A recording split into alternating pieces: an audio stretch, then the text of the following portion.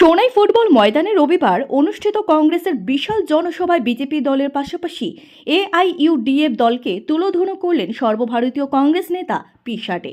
তিনি বলেন, বিজেপি দলের ইশারায় কাজ করে এআইইউডিএফ দল।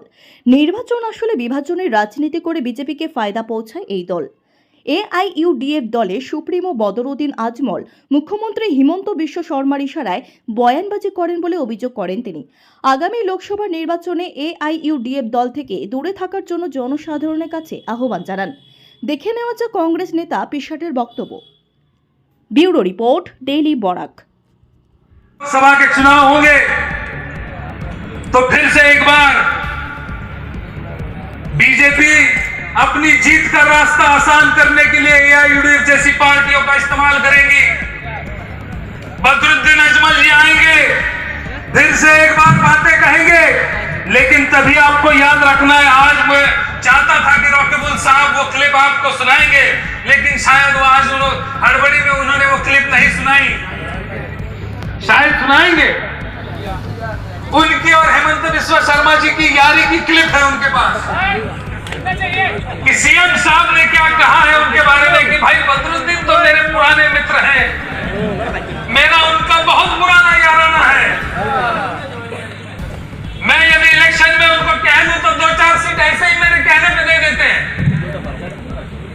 और बदरुद्दीन जी उसके ऊपर कहते हैं कि मैं तो व्यापारी हूं, मुझे तो सिर्फ पैसे से मतलब है, पैसे से। ये उन्होंने कहा है, मैंने नहीं कहा। क्लिप है भाई साहब के पास। तो ये सारी बातें आपको याद रखनी होगी। जिस तरह बीजेपी धर्म के नाम पर मेरे हिंदू भाइयों को बहलाती है, फुसलाती है, उसी तरह ये हमारे मुस्लिम भाइयों को आकर ये अपना कुछ पाठ पढ़ाने का प्रयास करेंगे। होशियार रहना मेरे साथियों, होशियार रहना। आने वाले दिनों में यदि हम चाहते हैं कि इस देश में अमन चैन का माहौल हो, इस देश का लोकतंत्र बचा रहे, इस देश का संविधान जो डॉक्टर बाबा साहब अम्बेडकर ने जो संविधान इस देश को दिया है, और जिस संविधान के माध्यम से इस देश के हर नागरिक को समान अधिकार दिया है, समान जीने का अधिकार दिया है, वो यदि हम महफूज रखना चाहते हैं तो साथियों, आने वाले समय में लोकसभा के चुनाव आने वाले हैं, उसके बारे में अभी रॉकेबुल साहब ने कहा है कि इस देश को यदि महफूज रखना हो, इस देश की एकता को एक संग रखना हो,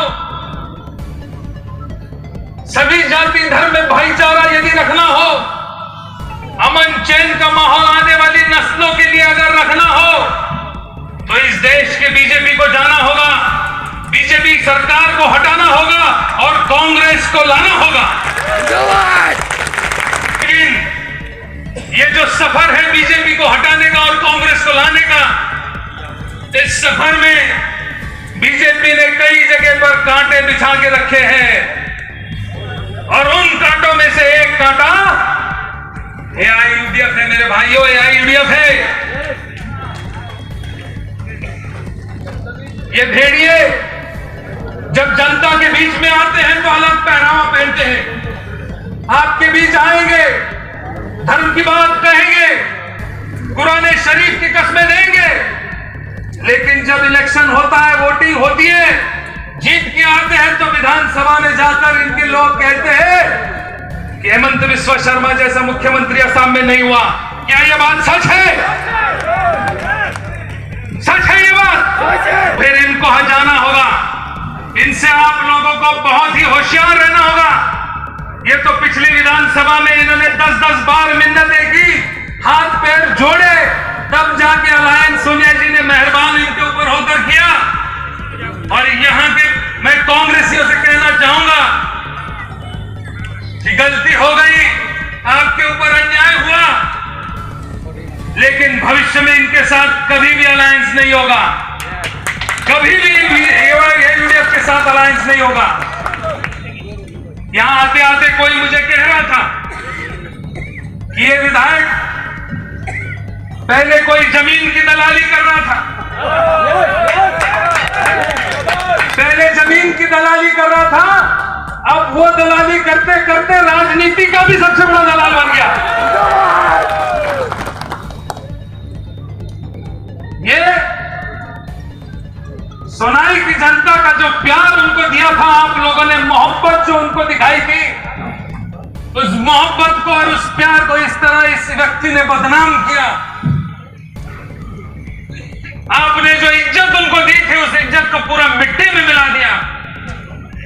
इस तरीके का बर्ताव इस व्यक्ति ने जाकर वहां पर किया है गुवाहाटी में। आने वाले दिनों में इनको आपको अपने दरवाजे के अंदर भी नहीं आने देना है।